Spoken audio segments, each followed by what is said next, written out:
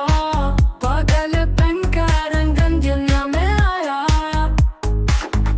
लाल हाथी काला चूहा एक कहानी सर बचा गया की धमक हर तरफ पे जती जंगल के बेखौफ राहें सजा देती काला चूहा चुप कर रास्ते बदलता अपनी चालाकियों से हर खतरे को टालता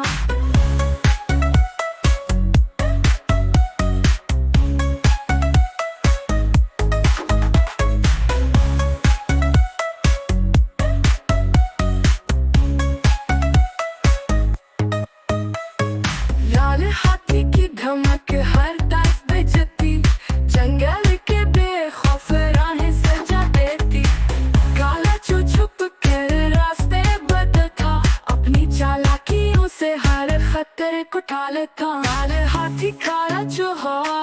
पागल बनकर रंगन दुनिया में आया लाल हाथी काला चूहा एक कहानी सर बचा गया।